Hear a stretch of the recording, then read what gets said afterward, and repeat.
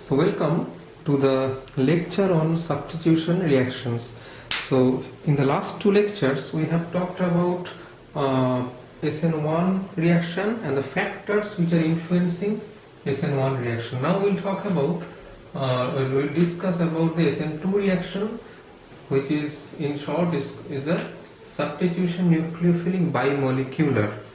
Here the 2 stands for the bimolecular, that means it is the molecularity of the reaction is 2. So as far as we know that the general nucleophilic substitution reaction is designated as represented like in this way, RL with the nucleophile, so gives RNU, and the leaving group departs as L minus. So for SN2 reaction, the rate is represented as rate is equal to rate constant K into the substrate, that is RL, where R stands for the alkyl, and with the nucleophile concentration. So because two molecules or two moieties are involved in the rate determining step, so that is why or in the rate equation, so we call it bimolecular, and it is clear from this rate equation that in the rate determining step of the reaction, two molecules or two species will be involved. So if we now represent the reaction in detail, or if we try to analyze it, so let's take an example of an alkyl halide where these three are the substituents. It can be hydrogen or it can be alkyl group with a leaving group here attached, and now this nucleophile will attack this compound to give this kind of transition state in this SN2 reaction. Now the thing is, if you remember in previous lecture when we discussed about SN1 reaction, it was a leaving group departing, resulting in a carbocation with a trigonal planar carbocation as transition state, and that was the rate determining step of the reaction, and no nucleophile was involved.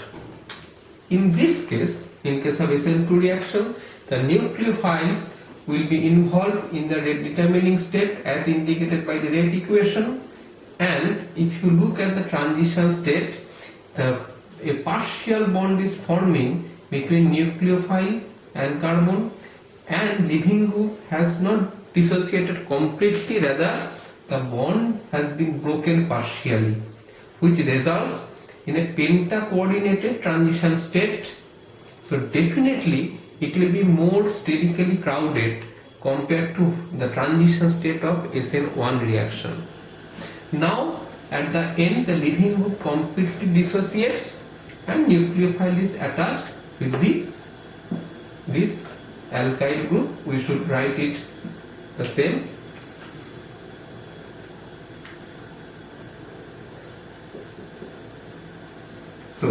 So that is the reaction with the mechanism. Now this reaction it was discovered around 1930, and it was Ingold who named this reaction as SN2, because S represents substitution, N represent nucleophile, and 2 is for bimolecular. Nowadays these are also called association dissociation reaction, because a nucleophile is associated with the parent alkyl group and a leaving group dissociates. So it is also called association dissociation, ANDN. So it can also be called a reaction, that is, it can also be represented in this way.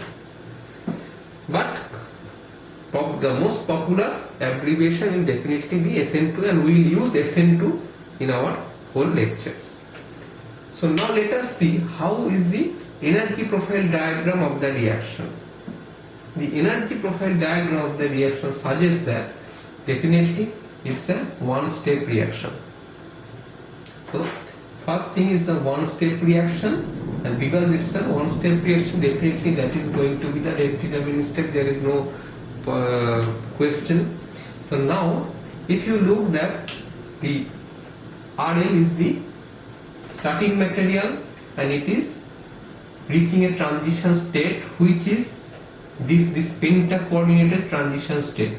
Now, as it requires the association of the nucleophile and also dissociation of the leaving group, so there will be a requirement of the energy, and that energy will come from the dissociation of the leaving group. I can tell you clearly, when a nucleophile is going to attach with a carbon center, definitely you are going to form a bond and the Cl bond is going to break.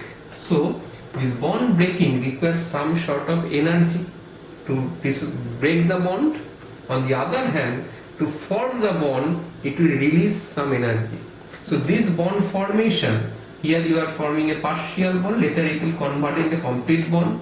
This formation of the bond provides the necessary energy to break this Cl bond.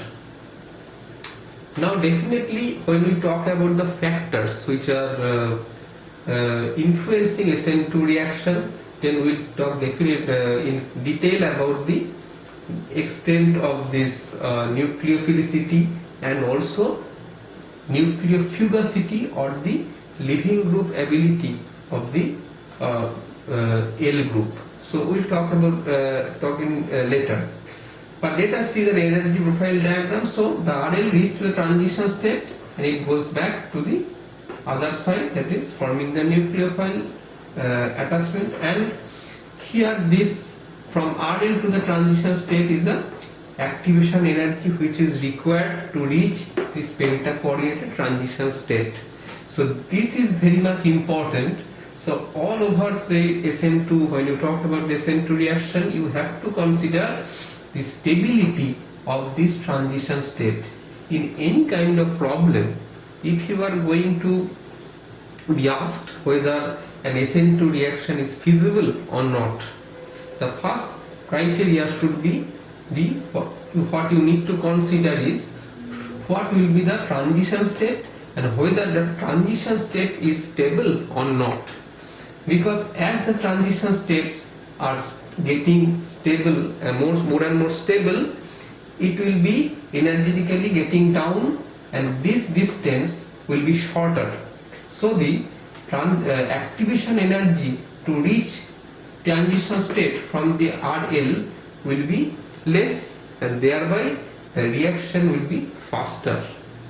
So when we talk about the different examples we have regarding the substrate or effect of the leaving groups, then we definitely see how the stability of the transition state affects this rate of the reaction. There are some substrate which will be suitable for SN2 reaction, and there will be some substrate which will not be suitable for SN2 reaction. Now let us consider what we have seen here from the diagram. So if you consider L from the right side, from what you are looking here in the board, right side of this R group, and nucleophile is attaching in the left side of the nucleophile. That means the side has changed. So this is called inversion. That means the nucleophile is attaching with the carbon center just opposite to the position of the L. That means this chiral carbon has been there was an inversion of configuration in this chiral carbon, and ideally in SN2 reaction this would happen in 100%. So because nucleophile attaching from this side will call is a backside attack. So considering L, this is the front side, and we'll talk when nucleophile is attaching from this side we'll talk about it's a backside attack. Now a very important question comes here: why such backside attacks prefers? Nucleophile could come from this side and the leaving group could detach from here. Why not? Electronically, if you talk about the inner electronic density, etc., you can say that because nucleophile is a minus or negatively charged compound, and with a rich electron cloud, and leaving group also departing as a L minus. So whenever nucleophile is coming from the front direction, it will always repelled by the leaving group. So that is why it is very difficult to think about such a transition state. If we just think about that, suppose this is our C, so this will be kind of transition state.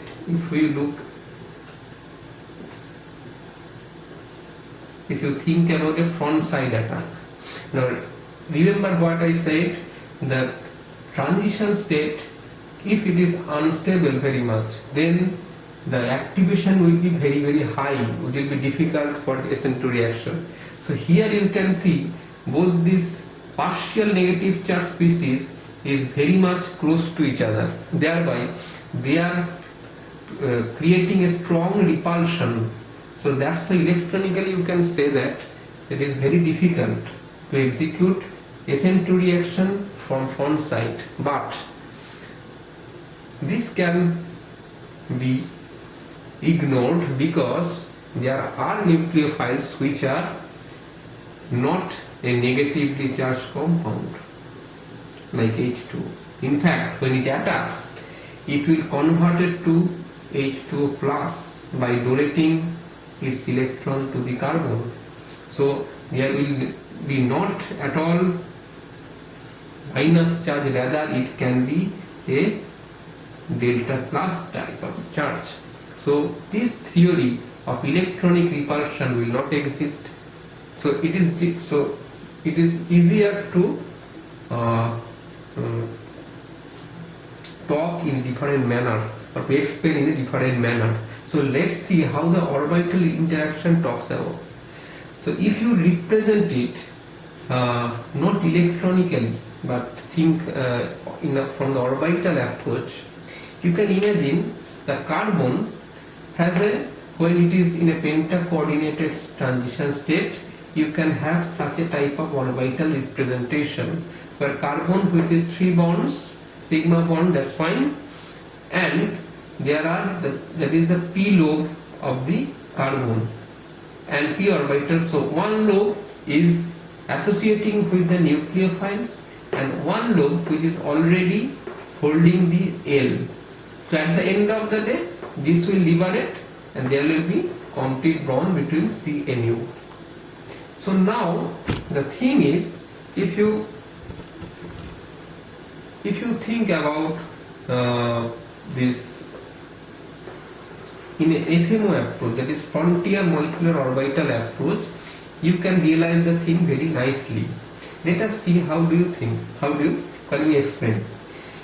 Whenever a nucleophile is going to react with a carbon or this Cl bond, it is going to donate its electron, because that is the nature of the nucleophile. Now when it is a matter of electronic donation, definitely it is coming from the highest occupied molecular orbital of the species, that is, we can say it is the HOMO. So HOMO of the nucleophile is going to donate the electron pair to the LUMO of the CCl bond. So when it is a LUMO of the CCl bond, so we can think it, definitely it is a Cl bond is a sigma bond, so LUMO will be a sigma star orbital. And what will be the nature of the HOMO? That is, either it is a filled p orbital, which can be some lone pair of electrons, or it can be an sp3 hybridized orbital. So when we think about a HOMO-LUMO or attack of the nucleophile to carbon, that will be a HOMO of the nucleophile from the sp3 or filled p orbital to the LUMO of the Cl bond. Now consider two cases. First thing, when you have this front side attack. So if you think about the CX bond, the CX bond has LUMO, the LUMO of the CH bond has smaller electron density within the CX bond and greater electron density, so we draw a bigger lobe in the outside. Now if it is a front side attack, the nucleophile would come from the front and it will have interaction between this CX LUMO system. When you have a CX LUMO system, let's see how does it interact. This is minus, we have designated as a minus, this is minus and this is plus. So there will be a bonding interaction and there will be a anti-bonding interaction. So one bonding and one anti-bonding. Definitely they will cancel each other. We are not going to favor it. But when you have a backside attack, similarly this is the sigma star of CX bond. So definitely the same example like the previous one, the energy electron density will be less between the C and X and more from the other side. So we have done a bigger lobe in C and X. Remember, we are you can put plus or minus or reverse also. Here it is not that here I have done minus plus is different, but you can write in your own manner.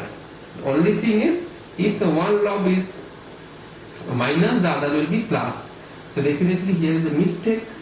We must do it. It should be a plus and minus. So in case of nucleophile, we should call it plus and minus. These are not charged, these are the phase of this pure metal. Anyway, so let us think about this. So nucleophile now going to do a backside attack.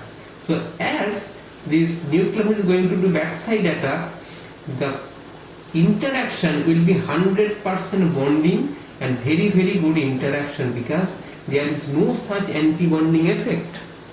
And that gives this backside attack a 100% preference over the front side attack. So there will be no such repulsion, there is no question of repulsion if you think electronically from X, and also from the orbital approach you can see there will be perfect backside interaction that is possible here. So that is why in SN2 reaction this backside attack is very much or that is the mechanism of the SN2 reaction. So now if you consider the overall scenario of the mechanistic detail of the SN1 and SN2, if we make a simple comparison about regarding the mechanism, transition states, etc., we will have such a type of scenario. If you consider SN1 and SN2,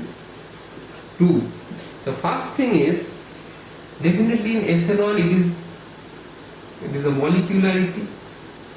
The first thing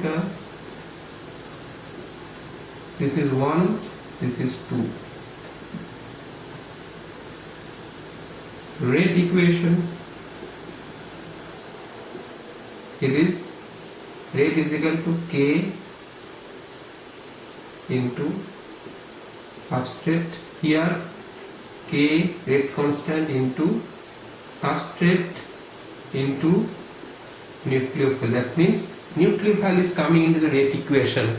When we talk about, so nucleophile cannot influence the rate of SN1 reaction because it is not involved in the rate equation, but here it is involved. So it has a huge impact on the rate of SN2 reaction. Next come the mechanism, or we call it transition state.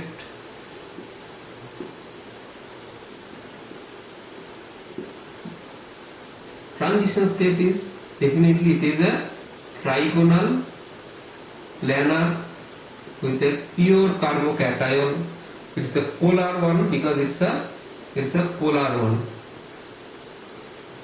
Here It is a penta-coordinated transition state where both nucleophile and leaving group is forming partial bonds with the central carbon, and it is definitely a non-polar kind of thing because we don't have any clear positive or negative charge.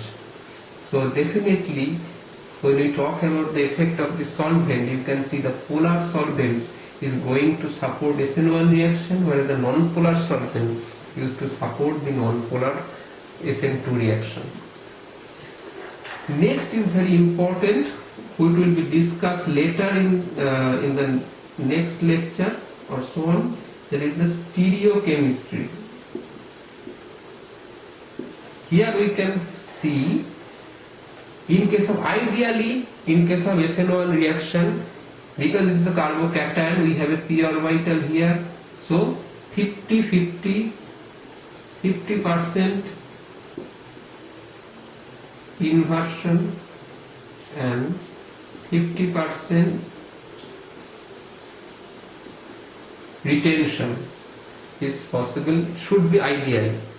Although we have discussed that there is some change in the percentage due to several factors, but this is ideal condition. Now what happens to the SN2? This will be complete backside attack, as I said. So there will be complete inversion. The L in nucleophile is attached from the backside of the L, no other product will be obtained ideally. So this should be a 100% inversion. So these things has to be conceptually memorized, and in the next lecture we are going to discuss about the effects of the influence of several factors on the SN2 reaction, that is effects of the substrate, effect of the nucleophiles, effect of the leaving groups, and effect of the solvents. So that will be discussed in detail in the next lecture. So till then, thank you very much. See you in the next lecture. Thank you.